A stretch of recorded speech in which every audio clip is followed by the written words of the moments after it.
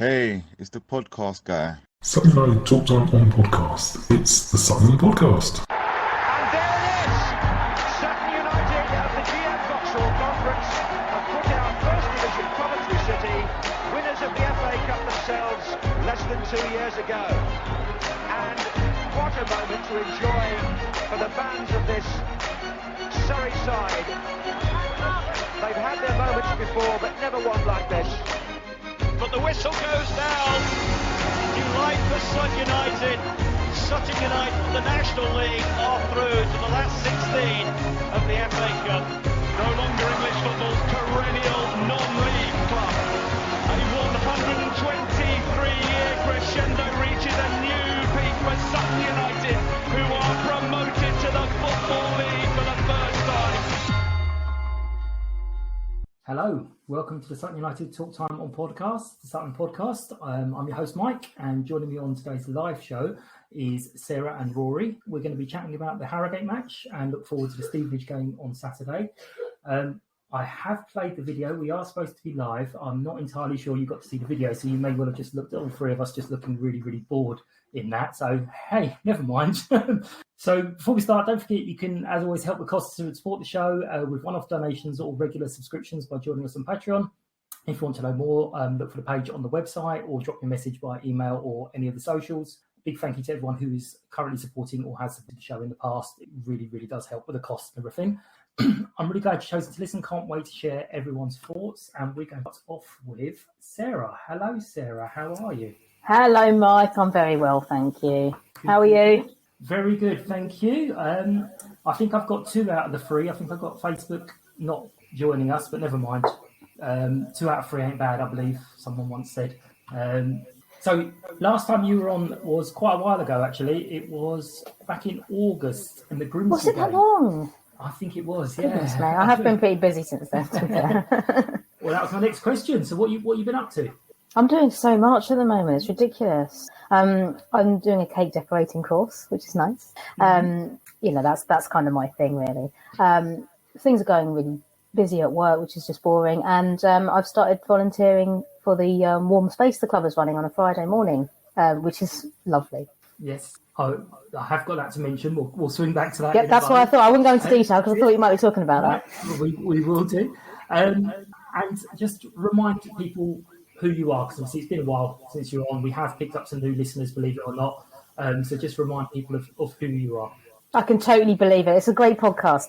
I've been a Sutton fan since the mid-90s, and that's who I am, basically. I do go to every single game, apart from, during lockdown, in case of any games.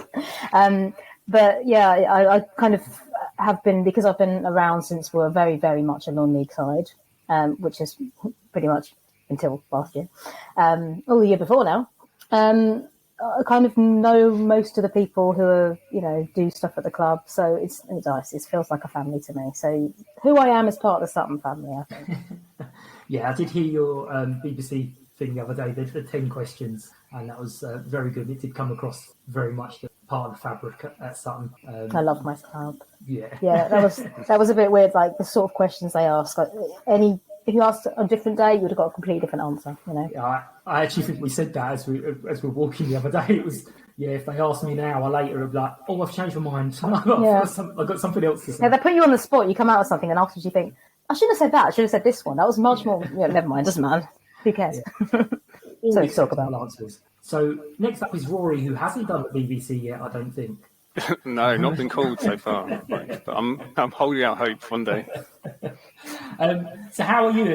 And we spoke in December, so not that long ago. So how have you been since then? Yeah, all good. Thanks, Mike. All good. Yeah, Doing good. Work, running, kids, that kind of stuff. Yeah. Running and kids was 2 separate things. You weren't running kids. Yeah. Maybe running away from the kids occasionally. Yeah. Perfect. So we won't do the who are you, because it's only been a little while since we did that with you, so don't worry. Couple of quick bits of news. We've got a newsletter that I've just started, because apparently people like newsletters to go with podcasts, but okay, I'll give it a go. And also, it gave me the chance to use the Sutton postcard name, which I seem to be hooked on saying at the end of shows. So at least now I've got a reason. As you mentioned, Sarah, the warm space. I think all three of us delighted with it's happening, that Sutton's involved. As I said to you, Sarah, I'm not delighted it's happening because it shouldn't be happening. But it's a bit more than just to keep warm. It's a bit more than that. It's a sort of almost a companion type thing as the first one started. Is that right? Yeah, I mean, I think I'm assuming what you mean is that in 2023, people shouldn't have to go to their local football club just to keep warm. They should be able to afford to heat their house, or they should be able to have a house. But yes, it's not just for people, like you say, who don't have anywhere warm to go. That may be how it's advertised, but absolutely everyone is welcome. We had a few people come in who just, haven't really had many people to talk to during the day for quite a long time. And it gets boring. If you're stuck in the house on your own, not everyone can get out and about much. And if they can, they don't really have anything to do sometimes. A lot of people out there are bored, they're lonely. Not speaking about anyone who was there, but particular, but if you have kind of mental health issues and you're anxious and you've got stuff going round and round inside your head and you just want to get out and, have a change of scene, just speak to someone. It's really, really chilled, just sitting wherever you want to sit and just chatting to whoever you want to chat to. Doesn't have to have any structure to it or anything like that. It's just a nice place where people can go and hang out. Yeah, I mean, I'm on the peripheral of it a little bit through work with lots of libraries and similar issues where people talk about closing libraries. You automatically get everyone going, well, no one uses libraries anyway. And actually, no, there is a definite group of people that go to the library every day or most days, and it's to be part of something, not necessarily they sit talking to people. It's just to sit and be near people and see things going on around them, which is, it's not great for society really to have a whole group of people just be like feeling so lonely that they have to just watch other people do life. So anything that we can do to help people is wonderful. And I know, Rory, you were very pleased that the club got involved. I think it just sums up the kind of ethos of the club, doesn't it? That kind of community spirit, that offering that place for people to go. We've been involved in kind of work that I do as well, and it really helps a lot of people. And it's just that kind of sense of, as you said, Sarah, getting out there, being able to meet other people, have a chat with people, nice and kind of informal and relaxed. And it's quite sad that this kind of time that we have to set up things like this. But I think the fact that the club has just shows how much care about the local community. And on a similar-ish note, the men's walk and talk thing now also have a little pop in for a coffee as well. So the club's been very friendly to people just popping in. The ladies team today, they were away at Brentford in a cup, and it was 0-0 at half time, and it was 2-1 to us at full time with Lily scoring both goals. Still not sure how I feel about Lily. It's the first ever player that I'm watching that's younger than my firstborn, so it makes me feel incredibly old. Mike, yesterday I think I sent it to the group, didn't I? The WhatsApp group. I realised that not only was I twice as old as our new signing, but my scarf is older than David Adjiboye.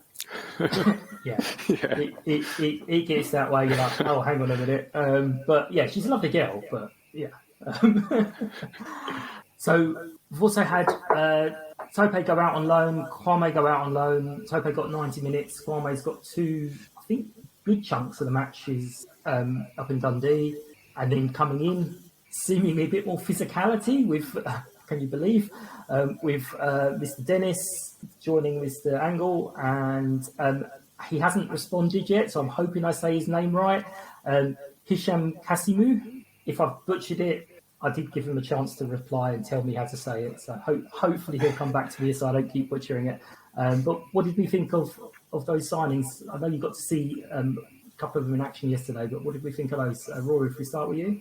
I thought it was great. I thought exactly what we need, isn't it? A bit more competition up front. So really pleased. I think it's great and a bit more pace as well. So I think the French bloke whose name I won't try and pronounce either. I think he's meant to be really quick, isn't he? Or certainly that goal he scored for Farnborough against us.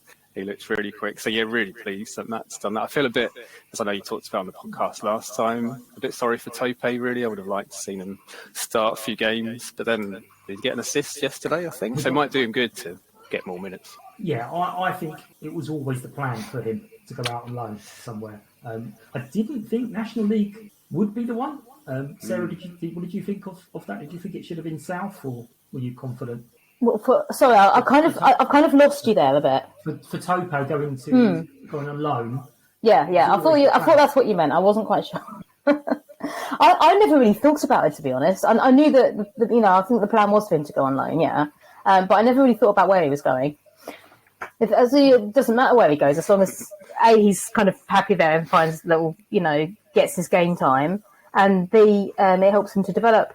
Yeah, absolutely. Getting those 90 minutes is going to be vital for him. Last in the past, he's up against Rory yesterday, and then Claire's tweeted out an old video from 6 years ago where everyone's singing "Deacons on Fire," and I'm like, what was going? Hang on, didn't realise it was from 6 years ago. And I was like, now I've got it, because obviously it's 6 years ago of the Leeds match today. Yeah, I was thinking about that earlier. Memories. Yeah, amazing. Yeah. How was it that long ago? Again, like the scarf. How was it that long ago? It's crazy, isn't it? Absolutely. One other little comment about the transfer window. I think it was Neil that said about the right back. He felt it was strange that we hadn't considered right back. Obviously, we don't know what was considered, but we obviously haven't brought in a right back. So does that mean Enzio's considered the cover for right back? We do have Eastie, who can definitely play right back, and I suspect Sam as well. So what do you think? I mean, I think part of the problem earlier in the season was we had the two midfielders out injured, so Eastie couldn't shift. So Sarah, sorry, just grab your tea at that point. What do you think about the right back situation? Well, I don't know really, because we've had that's not really the part of the pitch where we've had problems, but I can sort of see where that comment's coming from. And like you said, we don't know. It may have been that we did try and get something in for that position. Someone. It's a person. But we don't know what goes on behind the scenes, do we? We're not privy to those details. But I'm not unhappy with what we've got. We do, like you say, we have got loads of options. It hasn't felt like a big glaring hole there to me. I don't know what you guys think, but I'm not worried. I'm quite happy with what we got at the moment. I'm happy with the work that we've done in the transfer window, and I'm quite excited to see how it pans out for the rest of the season. Yeah, I totally agree. Yeah, I think we've got quite good strength in depth now, don't we? I think we've got options off the bench. That's one of them phrases that you never thought you'd use about Sutton. Yeah. Just tick off my cliche bingo. Yeah, definitely got lots of options on the bench. Let's say game 2 halves though. Yeah, exactly. I think it was up front, which is definitely where we need to strengthen. Yeah. And I couldn't disagree with a word you said about the new forwards, where you were saying earlier. Every single word, I agree with that. They looked great, didn't they? They did, didn't they? Yeah, really strong as well. Yeah. Yeah, and I can see them working really well together, with the squad, and they just seemed to fit in well, which was great. Yeah, I mean, I was very surprised that Mark came on, considering they only literally joined us the day before. So I was kind of wasn't expecting that at all. But yeah, he looked lively, especially as he wouldn't have trained with us. He did very lively. Yeah, really quick as well. He looked when he was kind of chasing around to the front. Yeah. So I would imagine that means that Killian is probably going to go on loan again for similar reasons for Tope, just to get those 90 minutes, because it's always been one for the future. I mean, he's only 19. So I was going to say, I think that's probably a good thing for him anyway. Whether he was, no matter how much time he's getting with us, he's always going to get more somewhere else. And also, I think for a player like him, it might be quite good to be a slightly bigger fish in a slightly smaller pond for a while, just to help him get his confidence up more. Yeah, well, just that tiny little bit of slower pace gives him that couple of seconds or second or so to think about what he's going to do when he gets the ball, and then all of that just helps your learning process. I've been told. Obviously, I have no actual experience about whatsoever. Let's clarify that. Right, so we're going to now move on to the thing that has given you sleepless nights all week, apparently. It has. So it's the new feature that I'm going to be doing, and I'll explain in 2 seconds, but I have got a jingle. And now, 125 years in the making. The Sutton United Talk Time on podcast. Sutton United all-time ultimate 11. Who was our goalkeeper in 1902 again? Yeah. Yeah. That's sad. That's my voice. I thought it must be, because you wouldn't be able to get anyone else to do that, would you? Yeah. Started off a bit sinister, I thought. It was a bit. Yeah, it's a bit like Jaws. I did try a few times in the world. It reminded me of, sorry to go off on a tangent, but it reminded me of Lewis about 20 years ago. And you go into their ground and this little voice would come over the tannoy going, "Welcome to the Dripping Pan, home of Lewis Football Club." It's like, whoa, hello. Yeah. There's a bit of non-league for you. Yeah. You actually see it as a little skinny fellow, about 4'2". So, over the next few weeks, what we're going to do is we're going to be building a ultimate 11. These are players that can be picked for whatever reason you like, and I'm going to make that very clear.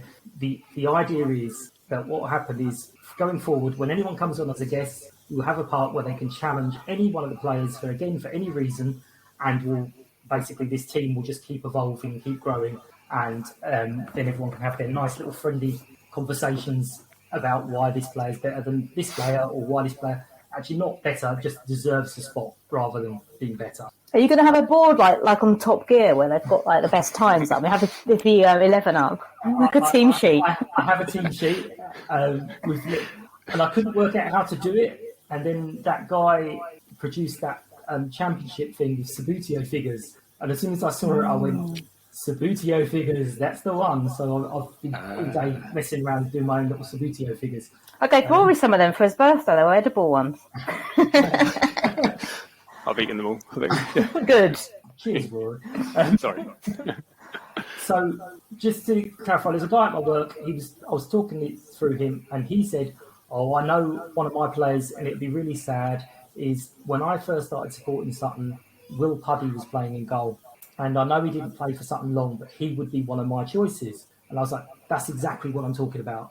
So, Will Puddy didn't play a huge amount of games for Sutton, but he's your choice because he's the goalkeeper who was there when you first started coming, and he was loving the banter between the goalkeeper and the fans. So you're not saying your choices are better than every other choice, you're just saying you've chosen for a particular reason. So today we're just doing goalkeepers, and it's because I've given that long explanation, that's why you've only got one position. You'll be pleased to know. Next few weeks, everyone's doing two positions.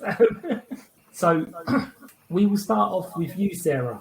Okay. Who is your choice, potentially first choice, but who is your choice to go in the team, and a very brief reason why? It's funny what you said about Will Puddy, because the one I had in my brain, and he's not going to make the final 11, I'm sure, is Gary McCann. He was the goalkeeper in the mid-90s.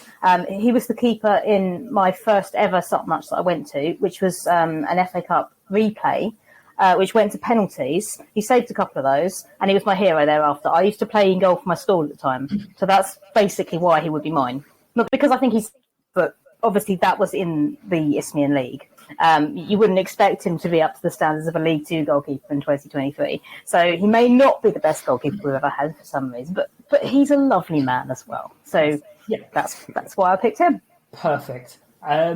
Rory, give us your choice. Well, Gary was on my list, actually. I had a list of 4, which so I've been thinking about all week. Probably means I need to get out a bit more. But in the end, I went for Fitzroy Mikulski because he was the first goalkeeper that I remember seeing. I'm sure it was my first away game, FA Cup, Notts County away. I think we lost 3-2, but he was amazing. I just remember thinking he'd save everything. I have a vague idea that maybe he dropped the ball for their third goal, but I think I blanked that bit out afterwards. I loved him. I just thought it was amazing. I'm not laughing at you. I'm laughing at you saying he saved everything when he let in 3 goals. Well, no, exactly. I'm sure none of them were his fault, apart from maybe the last one. I have this kind of recollection that I think he dropped the final cross. Obviously I'm being harsh. Yeah, but he was underdogs. Yeah, he was amazing. But yeah, Gary was on my shortlist as well. Right. He was quite short. I feel the need to point out that I didn't know that when I started my whole little thing about the guy at work and his choice of goalkeeper being because of the first time that both of you had done the same thing. I genuinely didn't know that. I wouldn't have bothered with that long explanation if I'd known you were doing that. And Sarah, I think I've said this to you before, but I'm pretty sure that game we were losing, and I think Sally made me leave. And I heard the cheers as we got round the corner. So never left an early game since that day. But okay, I will stick them out on a vote, and people will decide which of those goalkeepers gets into the first ever Sutton United Talk Time on podcast, Sutton United Ultimate All-Time 11, or whatever I called it a minute ago. Which might be a difficult choice for our newer fans, mightn't it? Because these, I mean, we're talking, we're going back to the 90s here. Me and Rory go back years, don't we? What's going to happen is they're going to go, how did you choose them? It should be so-and-so. And I'll be lovely. When you come on the podcast, you can put your name forward, can't you? Love it. I like that idea, that kind of evolving idea that's nice. not kind of finite. Yeah, hopefully I'll get it right. So we will talk about the game. And the first thing I've written down, Sarah, was quintessential game of two halves, and you already said don't say that. But it was. Yeah. So the lineup is announced. I actually got 11 out of 11, so yay me. Again, someone mentioned in the group, do we think Ali is now first choice ahead of Harry, or is it still for game by game? I think it's game by game because he's really come on, hasn't he? I really rate him as a player. But Harry's a legend. I don't know how I pick. But I think it makes sense to do it game by game, doesn't it? Because they're different players, and your opposition aren't going to be, playing the same system every game. So yeah, Rory, what do you think? Yeah, totally agree. I think if you need that kind of physicality, Ali's got that. If you need a bit more creativity, maybe you just call on Harry. But I think Ali's just edging it at the moment, just because and he seems so unflappable as well on the ball. He's just got such a lovely little touch. And his fitness is great at the moment, isn't it? I think he's probably edging Harry just a bit on that as well, isn't he? Yeah, good point. Actually, he can just get around so quickly. At 1 minute, he's right up. It's typical, another cliche box-to-box midfielder. Tick. Oh, bingo.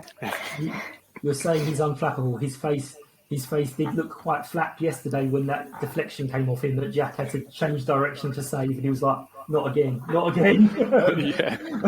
But, and also Josh. We've obviously brought Dave back in.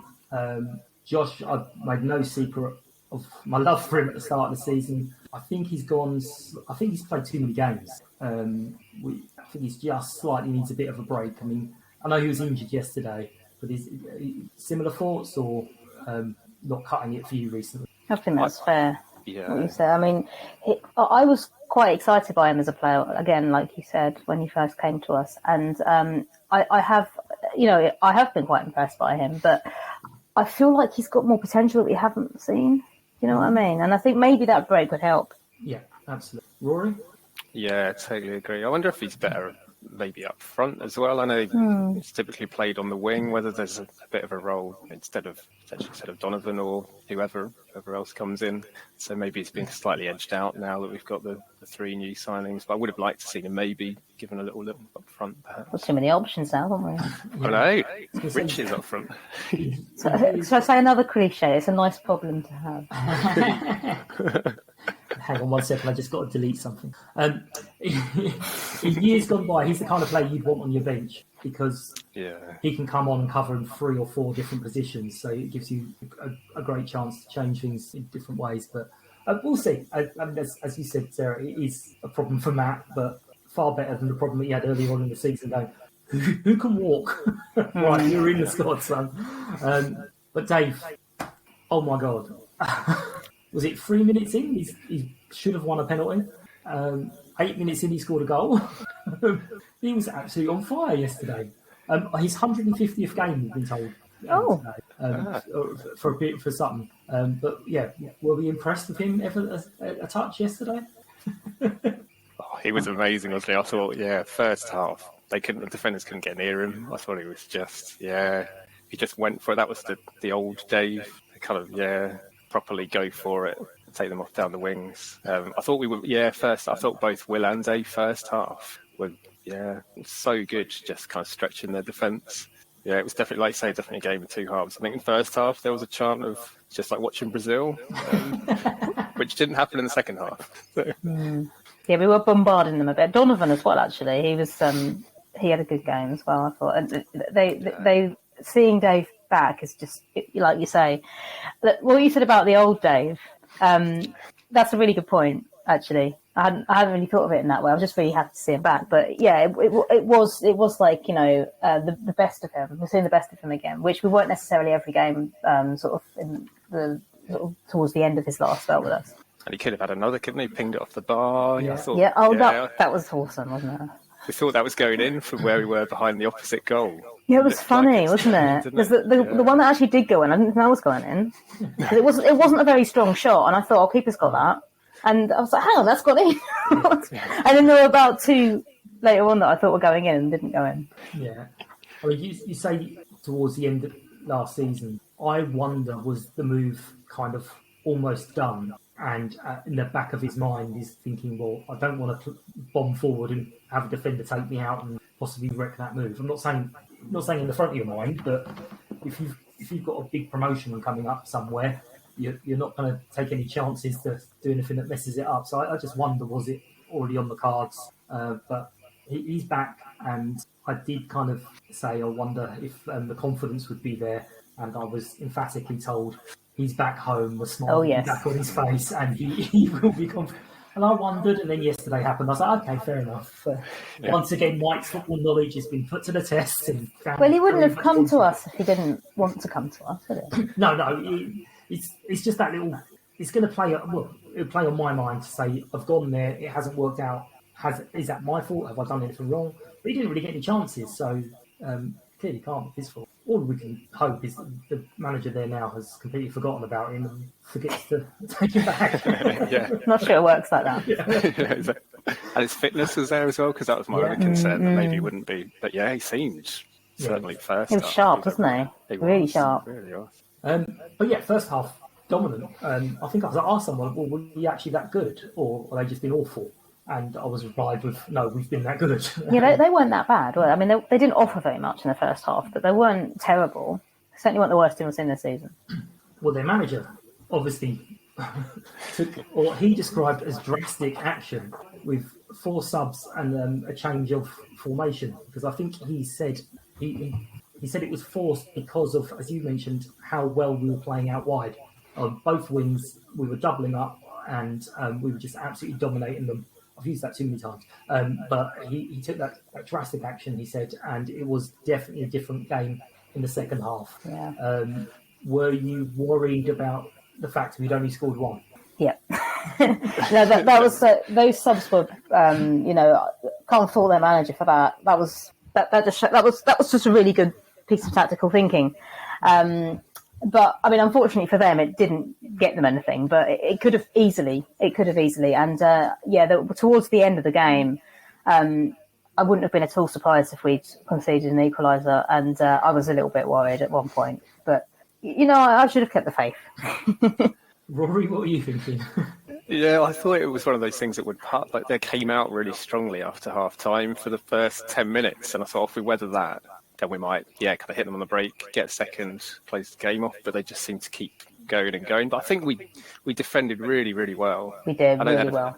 Yeah, a couple of chances they probably should have scored from. But overall, I thought we defended really solidly. Yeah, I actually think Harrogate were quite unlucky with a couple of those. Yeah. Not wanting to take anything away from our defence, because like you say, they were really strong and, can't fault them at all. They had a good game. Well, on that, Ben was his 150th game yesterday as well, apparently. And when I watched it back, the guy's like a magnet for the football. It's just literally the ball comes in and there's Ben. It's like, how is that possible? I didn't write it down, but I found a website with the stats of the touches of the ball, and he was something like 72 or something mad like that in the box. And I was like, is that a lot? And then I think Louis was 46 or something. And we know Louis is not a bad player. But yeah, it was all that kind of defending. It's always a tight game with Harrogate. We're always, apart from once, coming out the right side of it. But he must have been nervy. I feel for you guys. It was nervy listening. That was good entertainment. I mean, at the time it was like, ooh, but afterwards, like, oh, just watched a good game of football. I'm happy with that. Yeah, and then a brilliant save for Jack kept us in it. I mean, did you think that was in? Yeah. I definitely did. For where I was, I thought that's definitely going in. I don't know how he managed to get so much height on it as well. Have you watched it back? It's just because we're again we were at the opposite end, weren't we? And just amazing, absolutely amazing. It was point blank. It's just it's incredible. It's the best save I've seen for a long time. Did you hear the interview with Joe Kizzy? No. Because Tony mentioned the save, and Joe was like, "Well, that's what he's there for. That's his job." Yeah, I saw that comment. I think it might have been you, highlighting that, and I just thought, that's harsh, mate. We just said that to him in there. It was like, get over yourself, mate. Well, if that's dressing room banter, that's fine. Yeah, no, absolutely. And that's why I said I love this group of players. They're just taking the piss out of each other like that. Yeah. You can just tell they get on doing it. Lee came on and seemed quite impressive. Actually had a couple of shots from way out. What did you think about him when he came on, Rory? Yeah, he looked really lively, didn't he? I like the way that, he did want to shoot. He clearly wanted to have a go. Much as I love Donovan, I think the confidence has gone a bit with Donovan. He doesn't really want to shoot. Whereas you could tell straight away, Lee was, really up for it. Wanted to try and find the target. And that free kick, I thought that was in from our angle. I'm sure that was in. And it just didn't quite sneak in. Rory nearly took my joke. Did Lee Angle get his angles wrong? He was nearly Lee Angle. Yeah. Go on, Sarah. Stunned silence. See, I told you. Yeah. But yeah, very, very impressive. We are 11th now, and I think 2 points off the playoffs, and I think 6 points off, or something stupid, off automatics. But how many teams in between? The other side with the pessimistic hat on is if every single team around us won their games in hand, we'd be down to 17th. See, we've got two problems there, haven't we? Number one, we've played more games than almost anyone else. Number two is our goal difference. Because when it's that tight, you need to rely on that bit, don't you? But that's it. We're having fun again at football. It's not like oh god. So what are we going to think for the rest of the season? I've got a couple of comments. We had Nathan saying the first half yesterday was top tier football, really impressed, and if we carry on playing like that, the league is ours. Okay, Nathan needs to calm down. Well, Leighton Orient are having a bit of a wobble, aren't they? They are indeed. Yeah, there's an opportunity there. And we've got Stevenage next. So. We have got Stevenage next, yes. And JR said, I think the rest of the season is going to be exciting, and January signings look good, and having our players back on form and back from injury. And then we also had Joe's thoughts, and Joe said, Sutton's going up with a tenner in the bank. So again, Joe might need to calm down. But where do we think we're going to go with the rest of the season? Are we going to push on for the playoffs? I've said for a couple of weeks, I think we are. So what do you think? We'll start with you, Sarah. Of course we are. I mean, whether we're going to get there or not is it remains to be seen. But there's no reason why we can't push for it. I mean, isn't it so nice having all those players back from injury? Obviously not everybody, but, we were very sort of threadbare sort of over Christmas and around that time. And now we have what looks like a really strong squad coming together. And with the new signings, like JR said, it is exciting. Who knows what this group of players can do? Let's do that push. Let's see what happens. Yeah. I thought it was really... Sorry, there's fireworks going off. I'm going to have to mute for a minute. I'll find the mute button on this thing. Really funny that they mentioned that Matt had an injury that put his recovery back. And I was like, that's the first time that's happened to us. Because so far, every single player who's been out has come back quicker than expected. I mean, John Barden is walking unaided and driving himself around now. That's fantastic, isn't it? Because that was a horrible injury. That affected people quite a lot. I do know that they were like, that's not right. But Kobe's training, everyone's basically back. I miss Kobe actually. Yeah, I love So that's why not have a good, strong second half. I mean, Matt's going to then have another problem with Bruce sitting there going, "Why are we paying all these extra players that you don't need anymore?" That's not our concern, is it? That's Matt and Bruce to fight out. That's fine. Amazingly, I was so excited about the new segment that I completely forgot about the Player of the Day segment. Just to let everyone know, the choices are Dave, Jack, Ben and Joe. Right, we will quickly move on. As you mentioned, we've got Stevenage, who are playing now, I think, which is why Matt from Stevenage couldn't join us. I did try and point out that I got in there first. It's not my fault.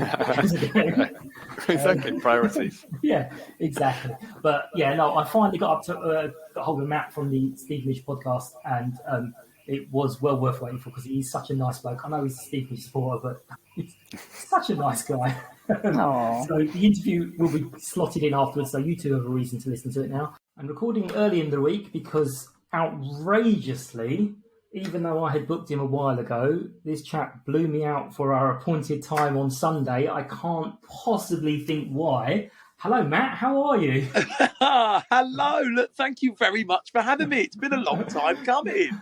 It has. I think we've been sending invites backwards and forwards for pretty much since we got into the league, and it's just never ever worked out. No, I think that's right. We gave it a go, didn't we? Back in can't remember when it was now, like October time, and we just couldn't record, couldn't work. Yeah, no. No, I've been really looking forward to coming on. Yeah. Well, there's a lot quickly to fly through, but go on, tell everyone why you couldn't do the podcast on Sunday. What other big plan do you have? Well, obviously we've had a bit of an FA Cup run, and I mean, you know, after that unbelievable night at Aston Villa, we've gone and drawn Stoke City away on Sunday. So, unfortunately, I won't be able to. Well, wouldn't have been able to attend on Sunday because of more important matters. Best not to do that one live, I guess. So, yeah, we generally ask a few questions, but there was another thing I wanted to say. The reason you were invited on last time is congratulations on the marathon. Thank you. And it was going to put a little push out to go, right, sponsor him. But well done on that. I'm trying to get back into it. I did about 3K earlier and my knees were just like, no, Mike, give it up. You can't do this anymore. 3K's better than nothing, no, you know. That's what I'm telling myself. Do 3.1 tomorrow and so on and so on and so on. There. Yeah, exactly.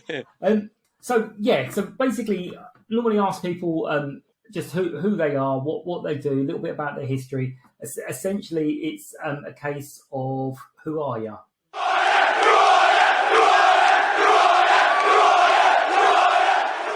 Well, my name's Matt Farley, Stevenage Football Club super fan, supported the club for 20 years, just over 20 years, go every single week, don't miss a single game. We do the Stevenage Football Club podcast. That is me in a nutshell. Yeah, and I saw there's interviews with the BBC coming up this week, is it? Are you doing them as well? Yeah, so we've been asked tomorrow to go and meet near the club and do, so I think it's for BBC Breakfast on Saturday. Nice. With Mike Bushell. So, yeah, we're going over and having a quick interview with Mike tomorrow. We've got to wear our colours. I mean, I wear them anyway, so it's a bit of a no-brainer. Yeah, but me too. No, you're the same with Sutton. But, we're doing that tomorrow. Really excited. And, to go and promote the club in the big game for Sunday. Yeah, so we'll concentrate on Sunday. Obviously, we're pre-recording. Was it a come down after Villa to get Stoke, or were you like, yeah, that's winnable, or is that I don't know? Yeah, do you know what? It was a really weird one because for us, the draw was actually done before the tie. So we were in Villa Park at the time, and there was 30 minutes to kick off, and no one really had signal. But luckily, there was one chap near us that was able to get the draw up. So we knew that we were playing Stoke. I've got to be honest, we didn't really know if we'd be through or not. So we were a little bit like, well, if the amazing night happens and we so happen to play Stoke, it's a winnable tie, first of all. But we were really happy with it. There were some that were a little bit like, Stoke away, wet and windy Stoke, why have we drawn them? But I think in the moment we didn't know if we were going to be through or not. I think a lot of people would have suggested that we would have gone out that night. Obviously, we turned the tables around and were able to pull off probably one of the biggest moments ever in the club's history. So look, for me, I was over the moon with it. I think it's a winnable tie, and I think we'll win. I think we'll win. Yeah. We had that a few years ago. We were in the National and we had drawn against Wimbledon, so we knew the winners were going to be against Leeds. Oh wow! So we kind of we knew it ahead of time, so we were quite happy with that. But yeah, again, it's one of those like, oh, it's at our place, but are they going to bring loads? Is it going to have the media? And then obviously we beat Leeds and we got Arsenal at our place. Like, whoa! Bonus, win. Yeah, that went up to like 24, never mind 11. So I messaged you a couple of times. I know your phone went mad. I saw your video that you're sitting in the car park and your phone was just going bing, bing, bing, bing, bing, bing, bing. Literally. What was it like at Villa Park? What was like? Did you go into it with any expectations, or were you just like, "Oh, we're going to enjoy ourselves today"? That's a great question. I think prior to the tie, if I'm honest, we were just going just to enjoy it. I mean, you know, it's the first time that we've had a massive tie, seeing our Stevenage Football Club involved, and especially this new era that we are at Stevenage Football Club. So I think for us, we just wanted to enjoy the tie. I think we believe that we could get a result because we've had such a good season, and you know, the last minute of games we've scored a lot of goals, and I thought if we could, you know, stay in the tie for 80 minutes, who knows, right? Because we've scored a lot of last minute goals. So I think we believed deep down. We saw the team sheet and thought, oh wow, yeah, we're gonna have to play well tonight.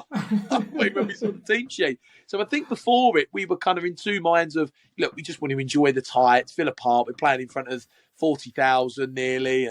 And so, you know, in that aspect, we just wanted to watch our, you know, Stevenage play in front of that crowd and just experience it and enjoy it.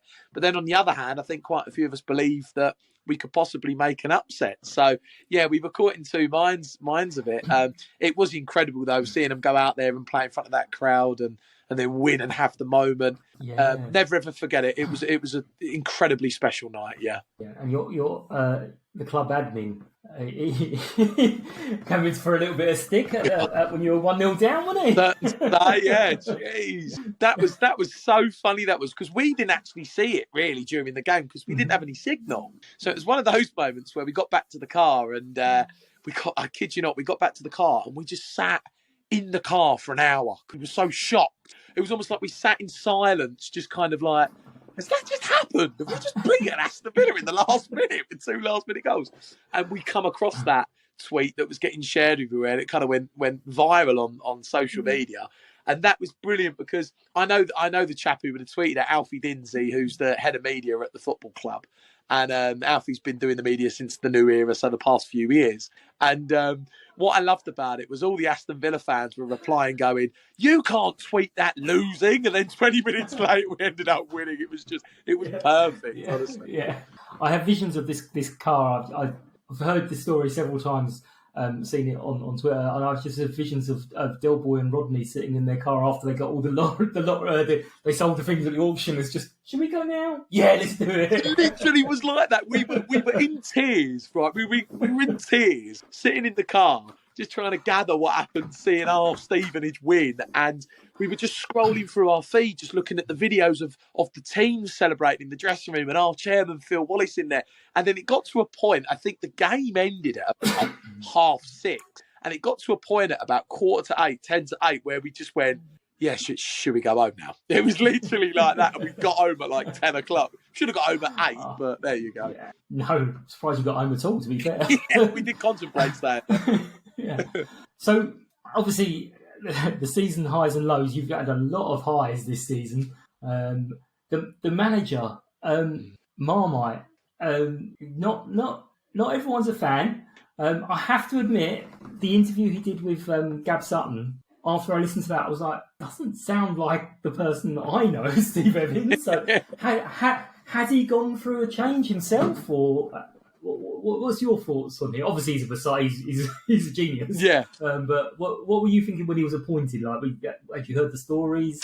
Yeah, I mean, look, we'd hated Steve Evans in the past. I mean, who hasn't, right? He's, such a polarising figure, and he's got all those stories about him. We've crossed paths with Steve many a times, more recently when he was at Mansfield, and we played his Mansfield teams, and we used to sing the nasty songs to him. And see, look, we used to hate Steve Evans, but I feel like with Steve, he's number one, we've missed a to be honest, Steve Evans is probably the first managerial appointment that we've ever had at the club with any relevant Football League experience. So in that regard, we were over the moon. We were like, this is the first manager we've ever appointed, especially in the new era at Stevenage Football Club too, that's got any relevant experience. So that we were over the moon. I was over the moon because I felt that Steve is the type of person that would come here and do really well, and a bit of an underdog story, takes a club from down the bottom of League Two and gets promoted. I felt like we could achieve that, and he's pretty much done that. He's hit the nail right on the head. I think you took the words out of my mouth. Genius, because he's gone about the work very secretly, very quietly. He didn't come out in the summer going, we're going to win the league, and he come out with expectations and said, we just want to become a top half team. That's all we want to do. We don't want to, we just want to become a top half lid on that. Yeah, and look, he's a very smart guy, Steve. He knew that he wanted to win the league, but he didn't come out and say it. Just very, discreet. Yeah. And I think he has. I heard something from someone at the club that he wanted to be different with us, and he wanted to make a new, fresh start with us on how he came across and how he was. And he's been a delight. He's been absolutely terrific. He's galvanised the football club. He's allowed everyone to experience some great moments at the club. And I love him personally. I think he's done wonders. And do you know what? We had him on our podcast over the new year. He is a lovely, lovely bloke. And that's something that I wouldn't have known before he came. Yeah, and I mean, I have to say, there's loads of players that fall into that category that if they're playing for you, love them. If they're playing against you, they're the worst people on earth. We've got several in our team that I know if we played against them, we would hate them. But onto the sort of the game to a certain extent. You were supposed to be playing tonight, but it was called off. Had you played tonight on one, would have been top of the league. No. Oh. You've pulled back Leyton Orient. There were some complaints about the match on the weekend. There always is whenever you win. Yeah, there always is. Yeah, I don't think we've actually ever won a game in the last 4 years without some sort of cheating or whatever going on. But whatever. But you've then got to face Stoke. So win, lose or draw, you're either going to have over the moon, concentrating on the replay, or the bubble a little bit maybe burst. Is Sutton playing you at the perfect time? I like the way you're pulling it here. I like that because I would do the same if we were Stevenage in your position. To be fair, I mean, look, you might be. Who knows, right? That's the beauty about our division. Anyone can beat anyone on any given day. That's what makes League Two so special, right? So. I think if I'm being honest, and I'm trying not to be biased towards Stevenage, it's very difficult because what's the point? Absolute super fan, but no, if I'm being completely honest, I think the one thing about our team, and I think Steve said this just after we beat Villa, and there was an interview that Steve did, I think on the I think it was on the Monday or the Tuesday, it might have been the Tuesday or Thursday actually, and we had Harrogate away where we drew 1-1, and we didn't play well that day, and I think we knew we weren't going to play well after the high Villa.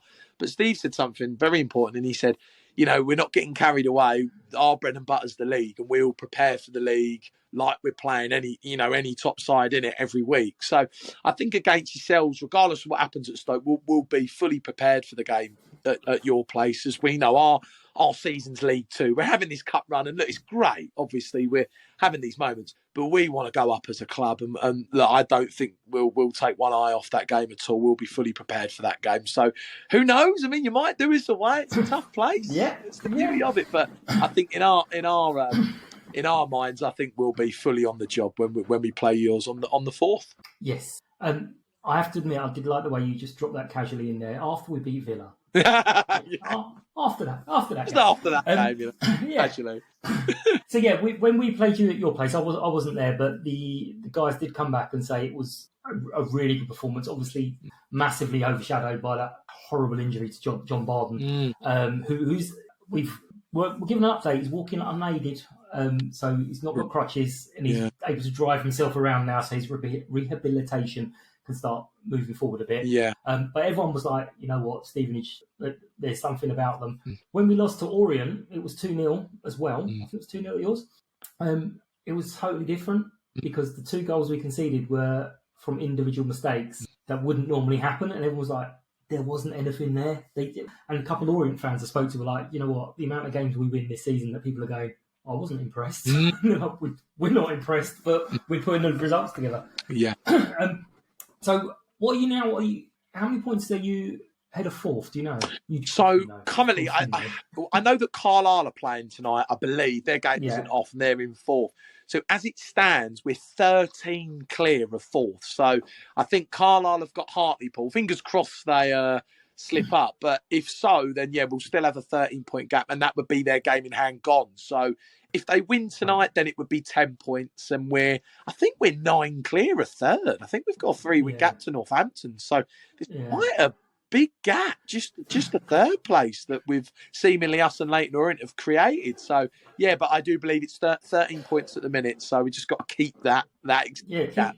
And keep that, because I have liked the way that pretty much every good Stevenage fan that I've seen it tag on there, and they keep saying, never mind about first. We're looking at fourth. We're looking at where get that 1 point ahead of fourth, and we'll be grand. It would be the cherry on the top to win the league. So for us, it's get promoted, and then if we win the league, then amazing. Yeah. Perfect. Well, I wish you all the luck for the season. Obviously, apart from when we play at our place. Hopefully, see you there. Lovely to chat to you. I'll let you crack on with the rest of your duties. Thanks for squeezing me in. Take care. No, absolute pleasure. Thanks so much for having me on, and best of luck for the season. We could be playing them at a good time. Obviously, we actually recorded before they were due to play. The game against Swindon was called off. So I was saying, well, you could be top. So you've reached that particular mountain. You've got an FA Cup match, which if you win, you're going to be way too excited to worry about little old Sutton. If you draw, you're going to be way too excited to worry about little old Sutton. And if you lose, your bubble could be burst. The game actually has finished, Oh, has it? I just checked. They lost 3-1. They lost 3-1. Oh. Did they? In that case, I'm hoping they properly demotivated and upset. And they just want a nice, easy game against little old Sutton. Rory, you said he was a nice man. Now you're being horrible. I said this to him. Don't worry. Okay. All right. Yeah, but I hadn't lost then, so. I don't talk about behind people's backs. I say these things to them. Rory, what do you think it's going to be? I agree with you. Yeah, I think you're right. I think hopefully their bubbles burst a bit, and we're meeting them at the right time when we're building up that bit of momentum. We're on a good roll. As Sarah said, we've got all the players back. Everything feels really good. We've got really good competition. We've got people coming off the bench. I'm feeling really optimistic. I think we might do a job on.